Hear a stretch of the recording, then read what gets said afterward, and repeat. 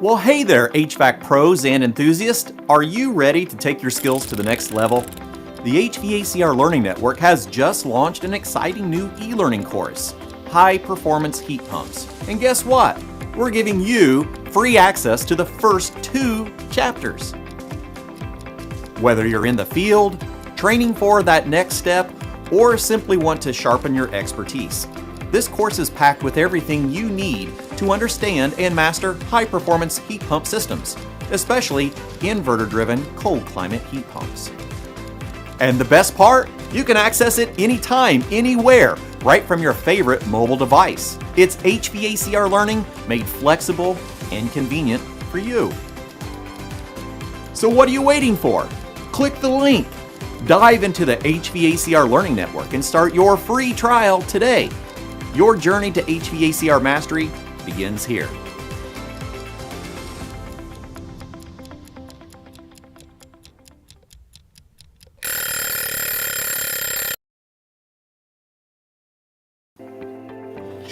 Well, hello everyone. Thank you so much for joining us once again on Did You Know, the ESCO HVAC show. So welcome everyone to the A2L heat pump install party. Woo! So we're joining you live from Barkersville, Indiana. And so I encourage all of you to let us know where you're joining from. Hop over in the chat and let us know. We're going to spend some time diving into this project that we're doing today. So we're actually doing a complete A2L 2-stage heat pump, 2-stage high-efficiency gas furnace installation, and we're going to be bringing all of that to you in the very near future in a bunch of videos so we can recap all of the best practices related to the installation for an A2L system. So we have a lot of partners hanging out on this project, and this is actually probably only half of all of us that were here yesterday. So we're spending time. Hey, Tony Gonzalez checking in from, Bargersville, Indiana. Wait, what? We got Tom Tebby, New Orleans, Louisiana. Mr. Tebby, thank you for joining us, sir. Kendrick, hey, I know, man. Kendrick, we got to get together sometime. You're always on here. I'd love to hang out sometime. I appreciate you joining us. Hey, Josh, thanks for joining us from North Texas. So we're going to be hanging out with Johnson Controls, Copeland, Field Piece, as well as Godfrey. Hey, Tony, that's right. You know what? That's another one, Tony. You and I, we got to get together soon, man. That's just all there is to it. Tom Grunster, thanks for joining us up in upstate New York.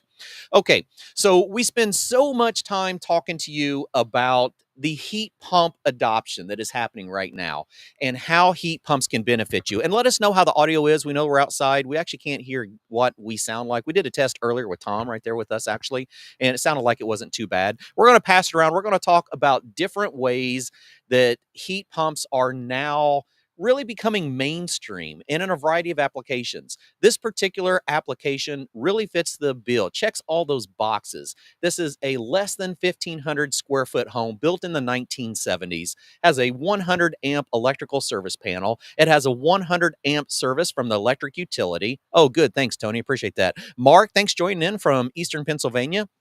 So when we look at heat pump upgrades, we were going from a single stage furnace and a single stage air conditioner into this 2-stage heat pump and 2-stage gas furnace. And what we ended up finding was 2 very important things.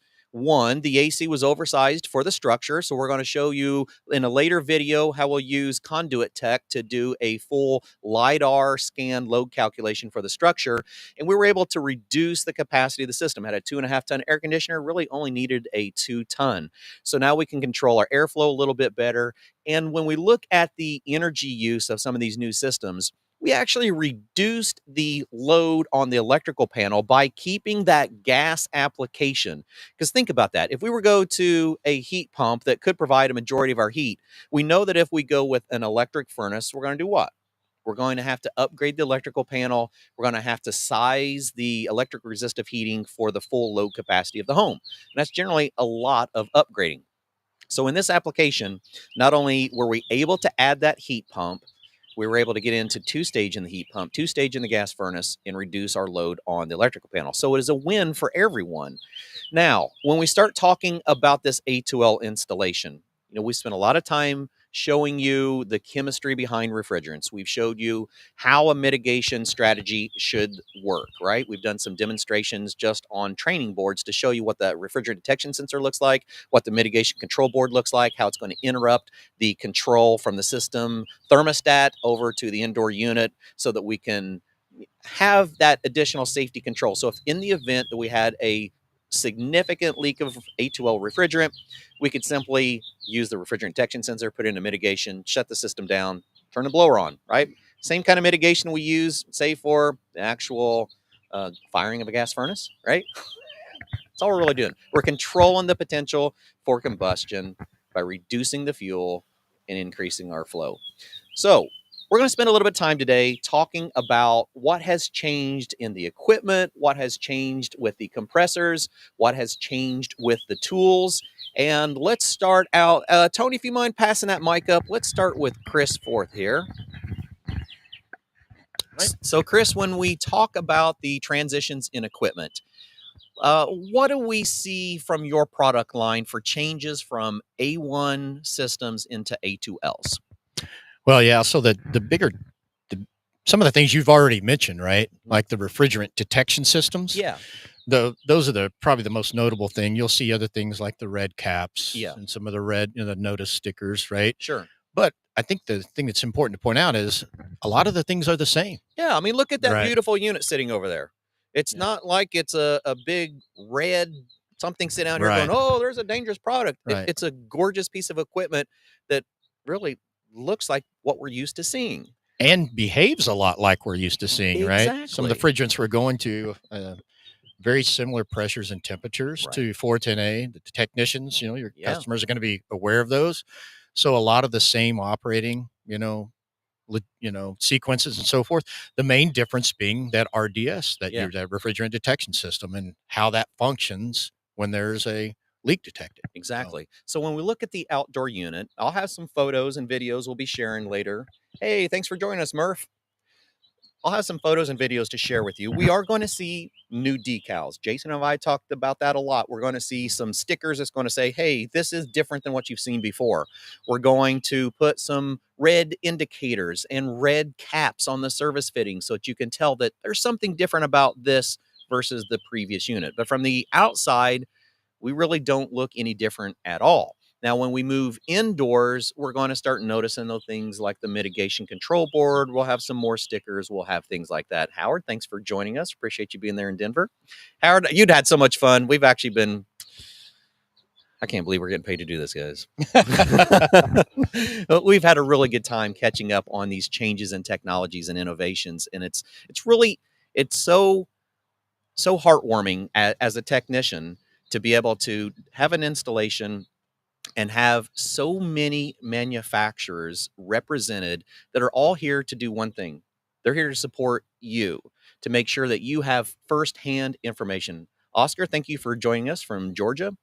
So if you have any questions along the way about how things could look different, how things are similar, anything along the way, just let us know in the chat. We'd love to be able to address some of those with you. Tony, you're going to get an invitation. I'll tell you what, I'm going to get with Allison. She's right over here, and you and I are going to do something together. I about guarantee that. It's inevitable. So let's move on. We just talked about mitigation. Let's head on over Warren. Warren, you want to tell us a little bit about how does a mitigation strategy work? Well, it comes down to it has to follow the UL code. Okay. Right. Yeah. Absolutely. So for us, we have a sensor on the delta plate on the front of the evap coil. coil. On that inspection plate that a lot of people would normally see on an evaporator. Yeah. Okay. Behind a full case coil. Yeah. Or full case coil, and even with the loose ones. Yep. And the sensor is in a position that engineering has tested, and that's the greatest concentration of the refrigerant when it leaks out. Okay. Goes to the mitigation control board, which is for right now is a separate control board. I hear potentially could be integrated into some of the OEM boards in the furnace or air handler down the road, but it's at least right now we're all going to see a separate board. Yeah. No, for this install, it's on the front of the case coil door. Very clear. I mean, it's right in front of you. Yeah. That was on purpose, that design, when we went through with it. And the sensor plugs into it. So if your sensor detects 15% LFL, it's going to go into mitigation control mode, shut off the outputs, heating, cooling, and bring the indoor fan on. Right. So it's just an extra little safety feature. when we look at the flammabilities of refrigerants, they're kind of disappointing, to be honest. Yeah, no big boom. There's no big booms. We're just adding that additional safety feature. And so Correct. as a installer and as a technician, as an educator, when we start looking at what does it take to work on and install an A2L system, it's very minimal, actually. This was my first A2L installation. Yeah. And for me, it really wasn't a learning curve. I had some general education just from the show and from working with all of my wonderful manufacturers. But to actually put my hands on it was a very different experience. And we have so much content we're going to be able to share with you. We're probably going to put it into a whole e-learning course so that you can get comfortable with where this is. Yeah, Field Piece, I know, isn't he back? Look at this guy. He has been so helpful. What you see some of the pictures of us when we were tearing this thing out. Boy, we really got dirty on this one. So if you've never seen Tony getting dirty, Tony was getting dirty with me, boy. We had some issues. Like all installs, you're going to have some things that you encounter, and we did. This is an older home. It actually had an R22 system from 1997. So when we pulled the evaporator out, we found that the bottom of the condensate pan had rotted out like they commonly do, and the entire plenum was a nasty, rusty mess. So we had to yank it out and go back to our normal installation. But once we got back to the equipment, it was just work as normal. So let's move around here, and I'll tell you what, let's pass it all the way back to Lenny here. We're gonna spend some time with Copeland. So one of the questions we get very often, hey George, thanks for joining us in Western Kentucky. One of the questions we often get is, when we went from an A1 refrigerant into an A2L refrigerant, what happened with the compressors? Did they look any different? And are there any changes to service procedures if I happen to work on one of these in the future? Lenny, can you fill us in on some of that? Absolutely. So when we redesigned the compressors for the A2Ls, the same size compressor, the same shell, the frame, same physical size, is going to be the same. Looking at it from the outside, you're not going to notice any difference. The one indication on the outside that's going to let you know is our numbering of our model numbers have changed. Okay. So off the bat, our traditional legacy compressors that had, 410A or R22 in there started with the Z. Yeah. So now that we have mildly flammable A2Ls out there, we've changed our numbering system to start with a Y. Okay. So right off the bat, that's going to be your indication that you're working with an A2L compressor. So, but internally, they have been optimized for an A2L refrigerant.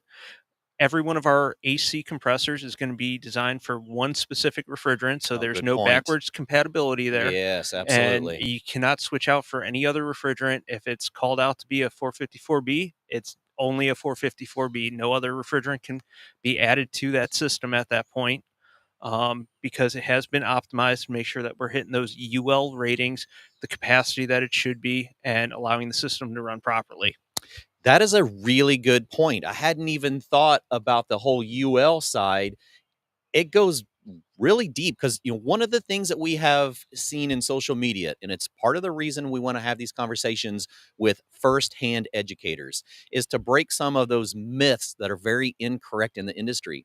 We've heard of technicians that will use alternative refrigerants. They'll have a A2L system, decide they want to put a A1 refrigerant back into that thing. If we think about it, all the way from the UL to your AHRI rating, to your manufacturer's warranties, everything is null and void because it was never designed and never tested and will never be certified for that. But when we get to the whole UL side of it, boy, now we're really getting into safety violations. And so as a technician, if you take on that responsibility yourself, you now own the responsibility of that system if there was any potential failures, not just from the gases, but from the mechanical failures of that. It's something that might be a whole separate show in itself. But I was very surprised. Yeah, the compressor itself really looked just like we're normally going to see in the compressors, except for that model. Yeah, everything's been optimized so it can sound the same, look the same. And the only other thing that's going to be different is when you're servicing it, you want to make sure that you are cutting out the compressor rather than unsweating it. Something that would have been a best practice before is now a standard practice.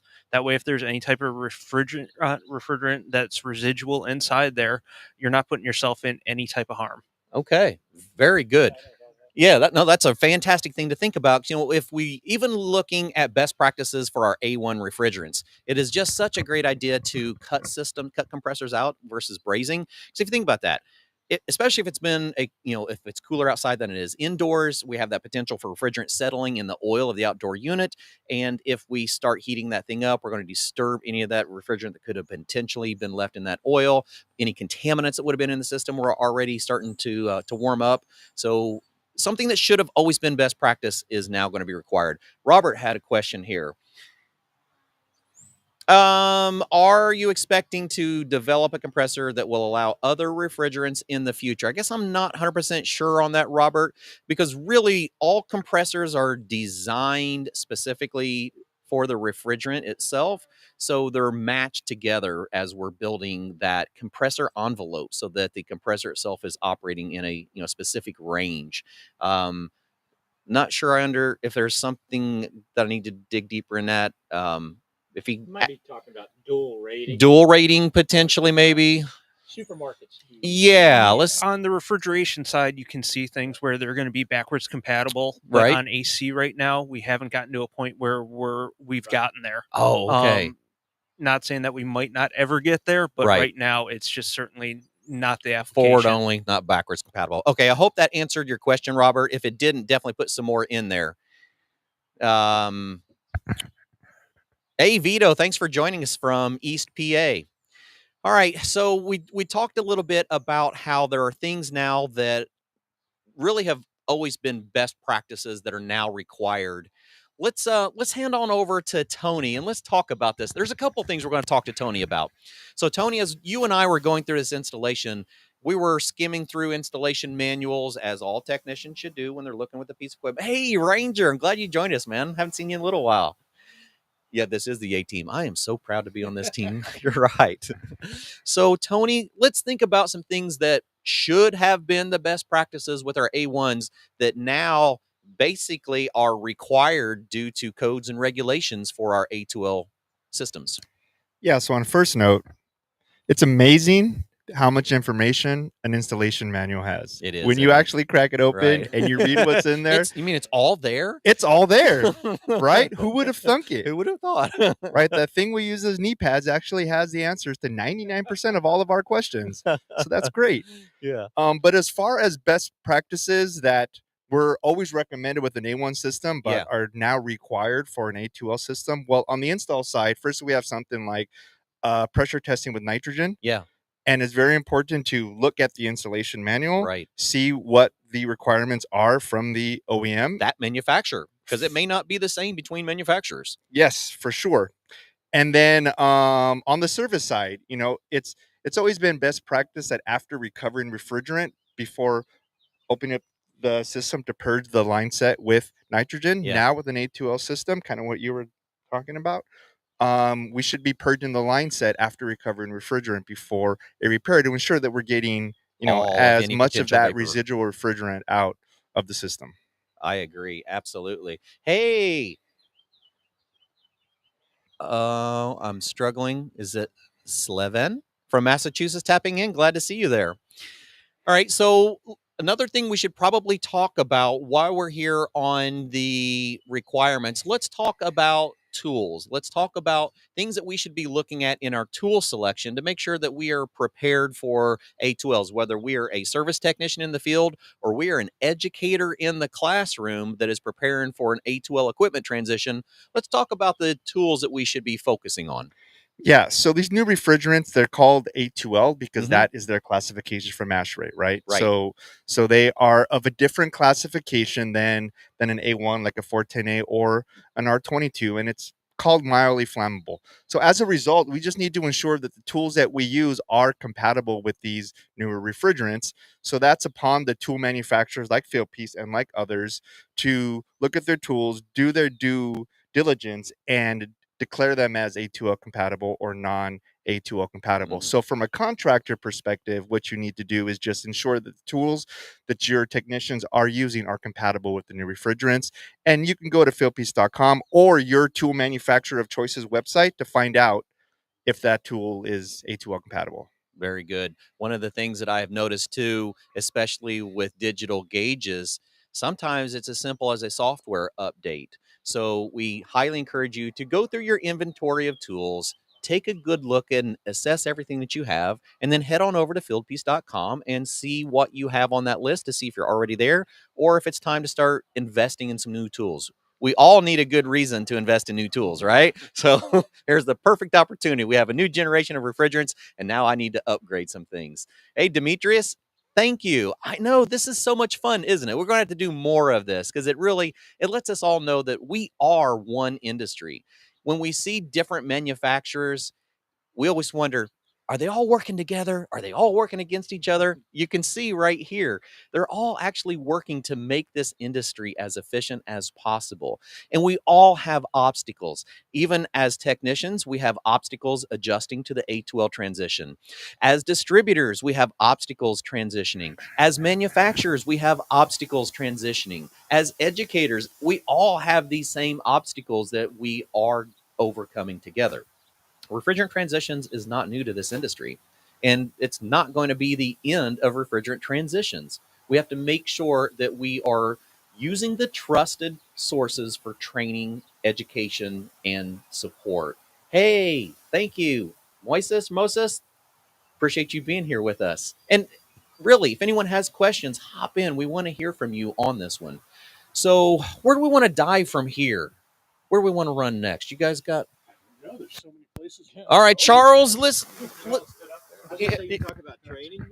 do that since we just talked about training. Let's talk about training. Yes, absolutely. All right, so when we start talking about training, ESCO focuses a lot on A2L training, low GWP refrigerants, all the fundamentals and basics, but that's really like where we begin, understanding how refrigerants work and why they're different. But when it comes to the equipment, you need to be with the manufacturer to understand what has happened in these transitions for the equipment. So yeah, let's talk a little bit about training on new products. Well, to be honest, I mean, since we put the system in, the general putting a split in or a heat pump system in, the soldering part's the easy part. A lot of stuff we already know, but where we ran into some issues, and the manual was really helpful, is going through the new wiring diagram of the mitigate board. Yeah. It was a little drawing for us. Yeah. It's not your normal system. So getting your actual technicians trained, making sure that you guys understand the systems, reading the manual the night before. Yeah. Getting really comfortable with it. Get comfortable with it because it's not as easy as it seems. So once you do it a couple of times, I'm sure it's fine. So training is number one. You make sure you read the manual. I can't add any more than Tony already said. And for our technicians and our instructors that are looking for this hands-on advanced training, tell me a little bit about the Ducted Systems Academy. Ducted Systems Academy is located in Norman, Oklahoma. It's just up north of the factory where the rooftops are made, and south of Wichita from the residential units. We do all the training for certified trainers. We do startup and commissioning. We're starting to branch out into troubleshooting classes we're developing now, and we're actually going to start branching out into the business, sales, application training to make sure we're installing the proper units, the sizing, and whatnot. So very nice.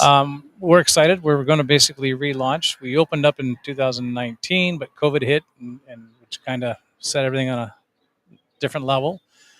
So we're going to basically reopen, grand opening this fall. So John, you might mention it's all under roof from 2 to 100-ton rooftop, all under roof, live. We've got a total of 15 rooftops, ranging from 3 to, well, the new one's coming in is going to be 80-ton rooftop. Yeah. 45 feet long, 12 feet wide. It's a big son of a gun. Yeah. And it's all indoors. Our residential lab has got 16 residential labs, which are currently being all tore out, so we can put that all new 454B in. So rooftops are all being changed this summer, so we can be up to speed and make sure we're training the latest and greatest. Fantastic. For those of you that are interested in getting a peek at the Ducted Systems Academy, the Ducted Systems Academy. If you go over to the YouTube channel after this, you want to take a look at that. We actually have a walkthrough video where we were invited to go down and take a look at the Ducted Systems Academy.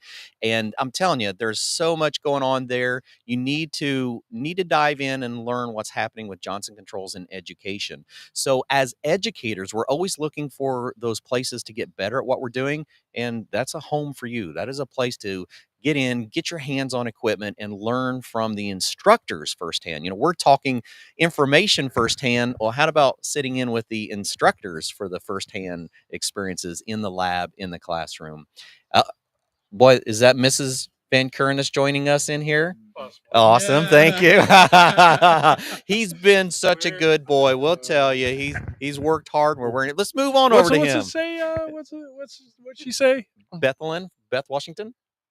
Yep. That would be. Hi, honey. Please say hi. Hi.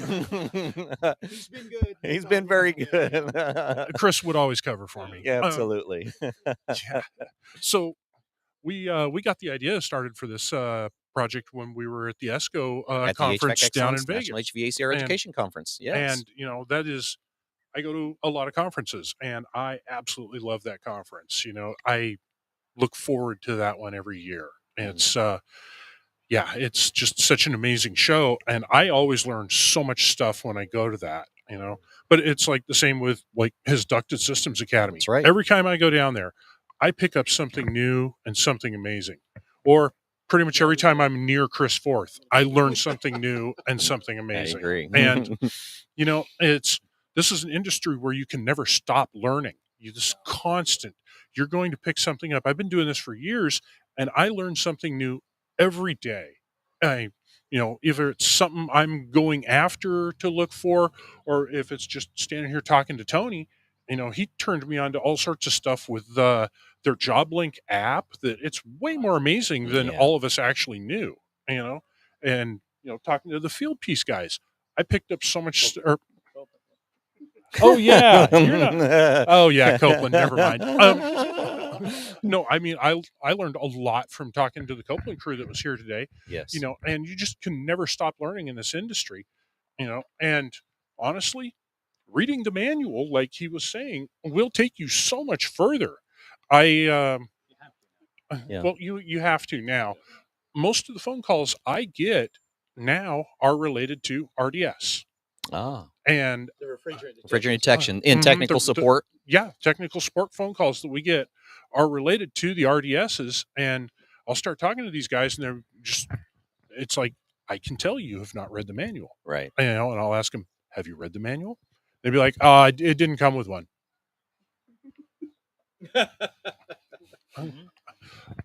I'll email you one then.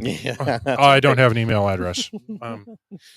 People will take great lengths to avoid reading this manual, and I don't understand why, because you get so much out of them. You do. And we read the manual.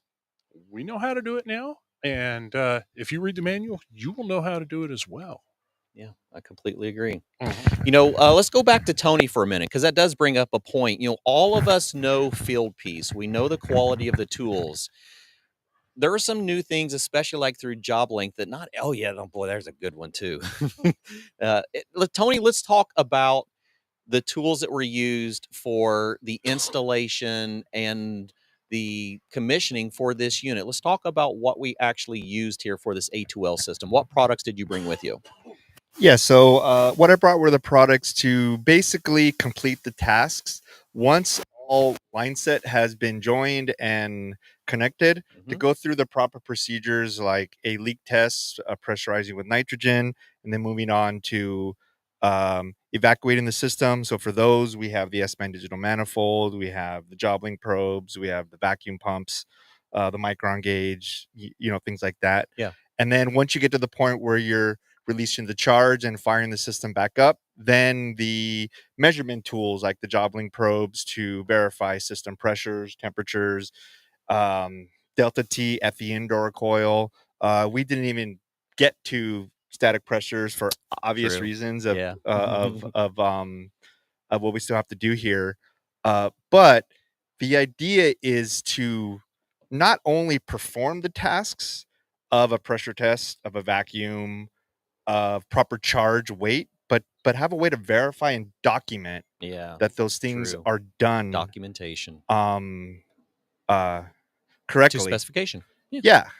In terms of pain points, contractors, one of their pain points that they tell us is, knowing are my guys in the field actually doing the things that we are training them to do? We can't watch all of them. Can't watch all of them. And so having them being able to build out this job link report that'll show documented what their pressure test was pressure tested to, and if it held, right? What the vacuum was pulled to, where did it hold? How much additional charge was added to the system, and then pressures, temperatures, superheat, subcooling, delta T, static pressures, all those things can be documented into a PDF report and saved into a software like a Service Titan, or just sent to the customer, save for your own records. There's validation. And that's validation, and it greatly reduces the contractor's likelihood of having a callback. Oh, yeah. On that install. So just very good point. Using things like that to improve the industry, improve quality installs, and comfort of the homeowner. Yeah, for sure.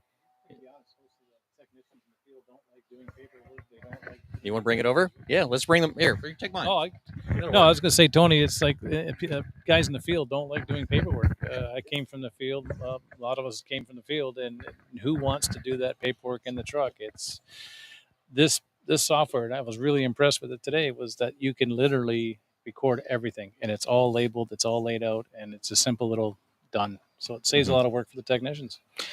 You bring up a great point. Let's hand it over to Chris. I have something actually we want to talk about that doesn't always get mentioned. That's a good point, Demetrius. So based on manufacturer recommendation, will the RDS need to be tested annually? Anyone have any input on that at all? That might be a good one. We'll come back to you here in just a second, Chris. So for our RDS, there is a test function. Okay. Pins that you can, once you install it, you want part of your startup commissioning, you want to ensure the mitigation control is going to work as needed. But test gas on the sensor for us, no. Okay. We're not doing that with our mitigation control system. Yeah. Something I had talked to a couple of different manufacturers about, but I've not verified with the RDS sensor manufacturer. Do they go through a self-test? Yeah. Okay. So tell us a little bit about that, because that really would eliminate the need for doing a manual test annually. Yeah. So there's our sensor is Modbus to the mitigation control board. Okay. So it's in constant communication. It's powered all the time and communicating. Powered all the time. It's communicating back. Okay. So when it detects that refrigerant, through the Modbus communicates to the mitigation control board. But the sensor can also say, hey, I have failed. Oh, sure. To the mitigation control board through the self-test. Yeah. And then the mitigation control board will lock the system out, not to running, cooling, and heating. Yeah. It will go into fan-only mode to help, if it needs to do stuff that way. But, yeah, there's no annual retest. There's, fair lifespan on these sensors as long as they're contaminant-free. Right. If you're bringing back bad return, oily return, industrial process, something like that, different story. But the sensors are very tough and do self-monitor. Fantastic. Yeah, very good question. I'm glad you asked that. Oh, yeah, good question, Tom. On line set calculations. Yeah, so it goes back to all of our additional installation manuals. It's going to be based on the manufacturer. If there's going to be additional charge, it's going to be based on the line set. And that's another point to even talk about. With line sets, we get the question often, do we have to replace the line set on every installation? What would you think about that, Chris? Well, I mean, per the codes and standards we talk about, there's also been updates that have come with the A2L. So in ASHRAE 15.2, right, again, this is one of those practices that have become mandatory now. Yeah. You can reuse existing line set, but you have to do a pressure decay test. Exactly. Right, so which is what the test we did here. Sure. On this setup, we reused in this application the existing line set. Right. We pressurized it up, watched the decay. Yep. For I think it was close to an hour. It's right? quite a while. We watched it to see if it would go down. As soon as we found out it was steady, right, we went ahead and pulled the vacuum, right, and then But yeah, you can reuse the line sets, but per ASHRAE 15.2, you got to follow that protocol. Absolutely. Right? And so it's got to be a verified line set. It's got to be the correct size. And then if any additional refrigerant charge is going to be necessary for it, it's just based off from your line set sizing, which will be in the installation manual, which will be different from manufacturers. And you got to remember too, a lot of that's based on whether you're working with a ducted system or a ductless system. So there's a variety of things to calculate additional line set charge, but it's absolutely based on the installation manual. Right. Well, one of the questions that I was wanting to go to a while ago when we were talking about system verification is Wow, there's a train coming by. I hope that's not too loud for everyone. So that is not the A2L alarm. Yeah, no, that's not that. we're not in mitigation. Wow, he's close. We'll remember this one for a while. So we'll just keep the mics closer, and I'll be able to cut out a lot of that. Got it. So when we talk about the quality of installation and the verification, it's not just for homeowners to know that they had a quality installation. There's a lot of potential rebates available on these high efficiency systems, not just the heat pump, but even in our gas furnaces. Can you tell us a little bit about how we have incentives available for heat pumps and gas furnaces? Yeah, that's a good point. This system I'll put out that we're here today, right? We made sure it met multiple criteria. Right. So there are federal incentives, right, that we know. I think some people may think, hey, the 25C tax credits, a lot. There's some influx, I'll just say some flux at the federal level. Right. But we feel pretty good right now. And of course, the legislation is still in process. You bet. But they're working on that, right? But what you will find is if you look at the local utility level, right, some of the state rebates have their own, right? A lot of those will call out the same levels, right? Sure. In this case, right, our AHRI certified rating would qualify for both federal, state, and as you mentioned, on just the gas furnace alone, because this was a 97, right? Yeah. That's the Energy Star number, right? So Energy Star is still in one of those federal programs you got to watch. Yeah. But if that stands, right, there's a standalone rebate just for that by itself. Wow. So you can stack those as on you top said, of each right? other. Because they're different buckets of money. Yeah, right? true. So you got federal money, you got state money, and utility money. So it's very, region specific where that applies. Okay, so definitely make sure that you're looking at your local options. I know here in central Indiana, it varies by county. It varies by your actual utility provider. So you want to make sure to check on that. But there is another misperception in the industry that I have to buy the most expensive piece of equipment to be able to get any type of rebate. And that's not true at all. So where we ended up here is a 16 SEER 2 two-stage heat pump with a 97% two-stage gas furnace. So when we look at product lineups and product offerings, if I'm a contractor, I typically have 2, 3, potentially 4 product lineups that I'm going to offer. This is a very realistic, high-performing upper mid-tier, I would consider this, right? This is an average home. So this is we'll have a full report. We'll actually have a bunch of stats that we'll have for you down the road. We'll have some data analysis that we'll use for a case study. This is a first-time home buyer in a under 1,500 square foot, built in the 70s, that didn't have a ton of updates. It had the original electrical panel and downflow and a counterflow system, right? So we're talking about a very common, at least Midwest home, right, on a crawl space. So there's a lot of opportunity for a very high performing system that meets the budget and potentially qualifies for a lot of incentives and rebates. So a lot going on. Dennis, thank you for joining us in Southern California. And quite a few people out here today. I'm so grateful to have all of you along. Other questions, hop in there. We still got some time. We got about another 20 minutes or so that we can help answer your questions and get you more resources. Actually, we should talk about resources. So we've talked about Ducted Systems Academy. Chris, what are some other resources that Johnson Controls offers, even for training or just for reference material?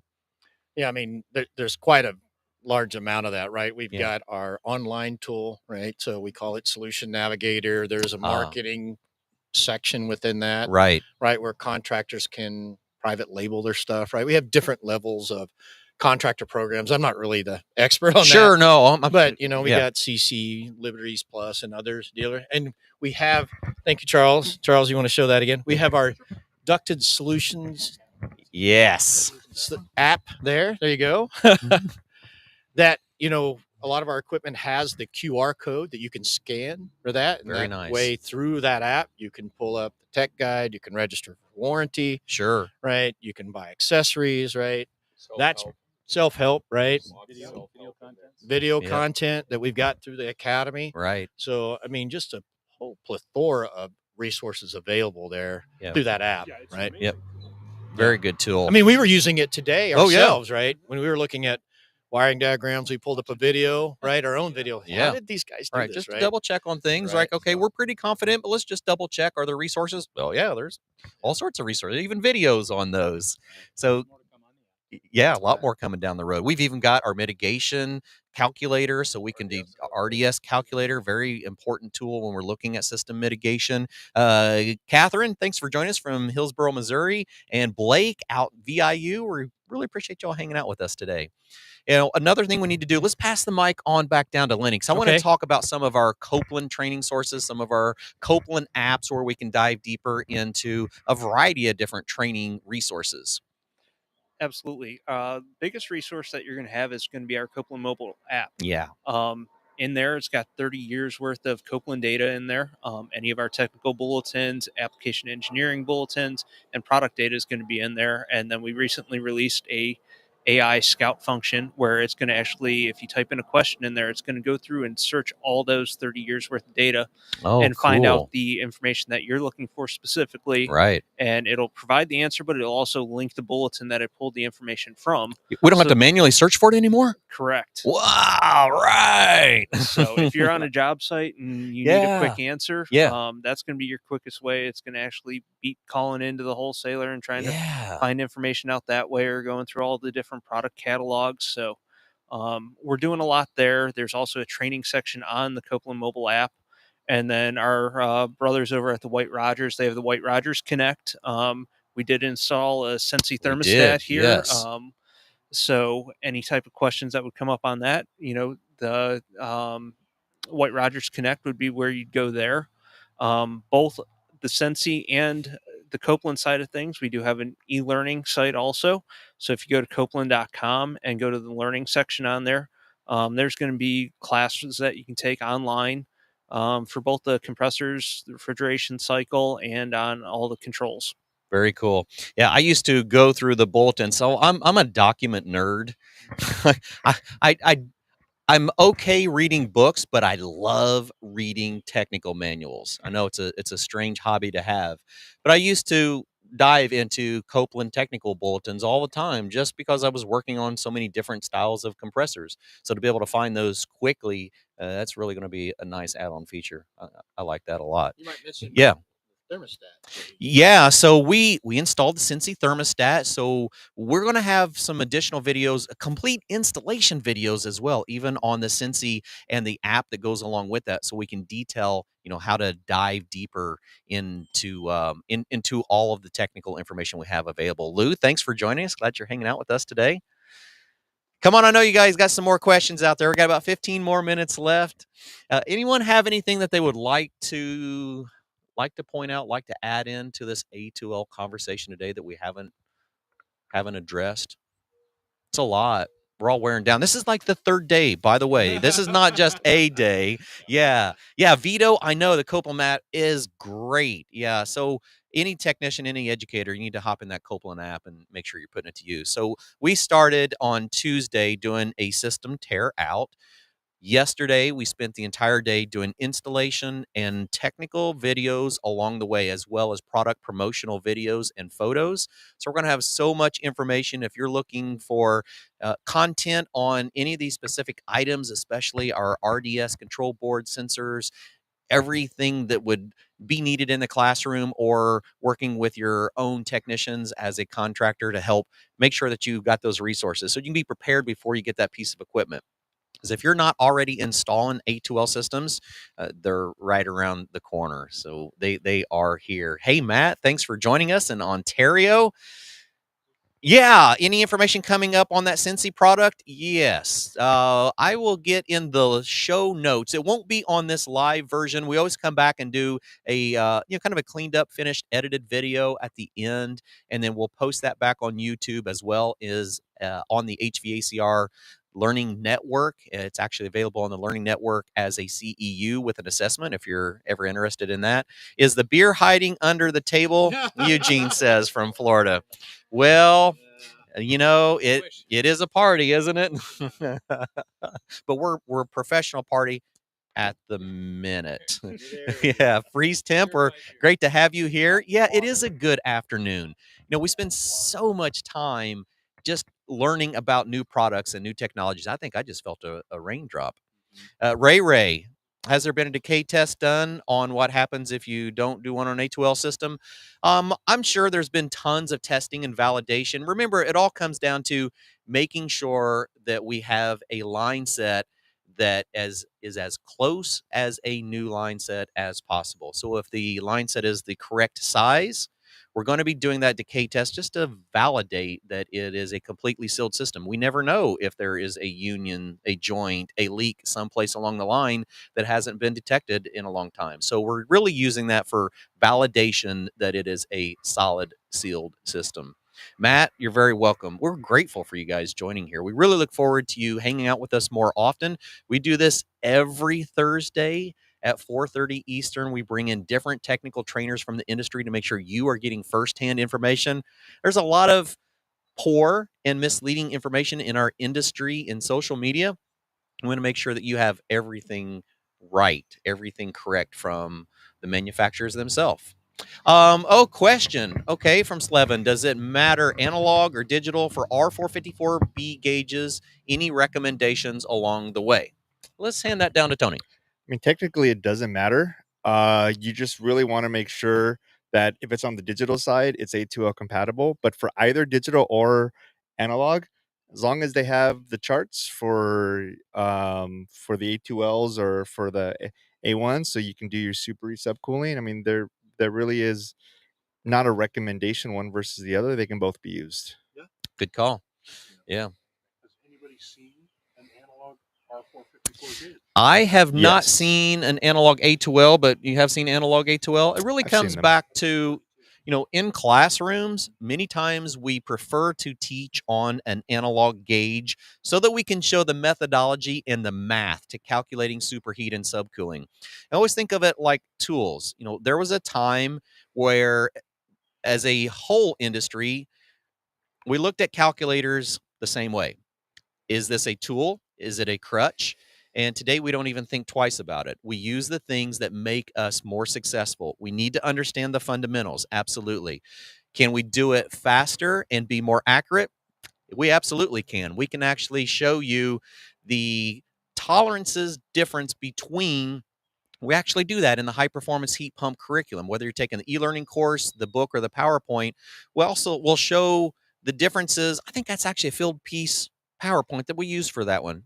I'm pretty sure it was. We showed the tolerance differences between mechanical dial style gauges and a couple different digital probes to be able to show how we've came along the way where our modern digital tools are so much more accurate. Remember, many of these systems are very accurately charged, right? They're critically charged. So we want to make sure that we're using the most accurate tools available. If that mechanical gauge is very accurate, then you're going to be calculating. Will you get it as close as a digital gauge?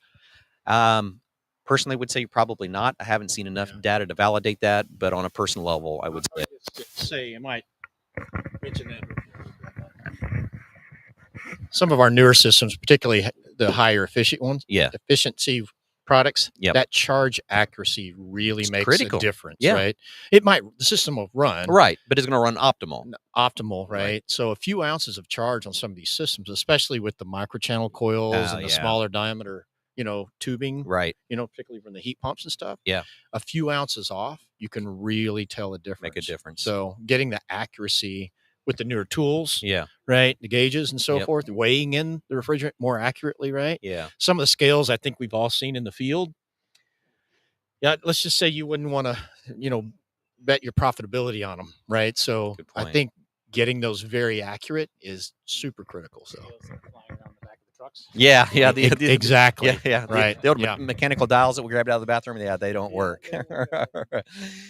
Oh wow, still so many questions coming in. This is fantastic. Ray, you know what? That is one that I wish as an industry we would step up and ask for a requirement from the contractors. In many of our water side applications, particularly like in boilers, we have a required commissioning report for those new installations to validate for warranty. As an industry, it's never really gotten to that point, but I highly encourage that as an educator or as a contractor to teach that to your students, that it should be required internally, even if it's not required at a industry level. Another one from Slevin, will there ever be a need for a second sensor? If you're talking about A2L sensor, yeah, not so much residential, but I know, right, commercially, larger commercial applications potentially. You will, in factory, some of our factory machines have several A2L. So based on locations. Yeah, like what Warren mentioned earlier about when we do the safety agency listing, that location is certified by the safety agency. Right. For the larger rooftops and some of those splits, we have agency said you can't get by with one. You have to have multiple. So those will come from the factory with up to 7. Okay. And the larger equipment. So the 80-ton he's about to get in the Ducted Systems Academy will have 7. Multiple. Yeah. Right. So. Very good question. I'm glad you asked that. Yeah, if you don't want to get some more information, they're a fantastic crew, I'm telling you. Yeah, I really appreciate all of you. Marion, thanks for joining in from West Virginia. You know, we're starting to see a lot of these A2L systems. We just want to make sure that you're prepared. I think we're going to go ahead and cut things a few minutes short. We're starting to get some raindrops. I don't mind them. They actually feel pretty good, but we got a lot of computer electronics, sitting out here that don't like it quite as much. All right. Well, everyone, thank you so much for joining in. I'll put some links into the show notes to get access to all of our different manufacturers that's working with us today. We thank you for joining us. I encourage you to come back, check out on the YouTube channel, share this with your friends, hit that like and subscribe. I'm going through a promotional period right now where I'm trying to really promote our YouTube channel heavy because we have so much quality information out there for free for you. So make sure to do that, pass it around, and we're going to call it a wrap. And we thank you all for joining us this week on Did You Know, the ESCO HVAC show. Bye, everybody. Thank you.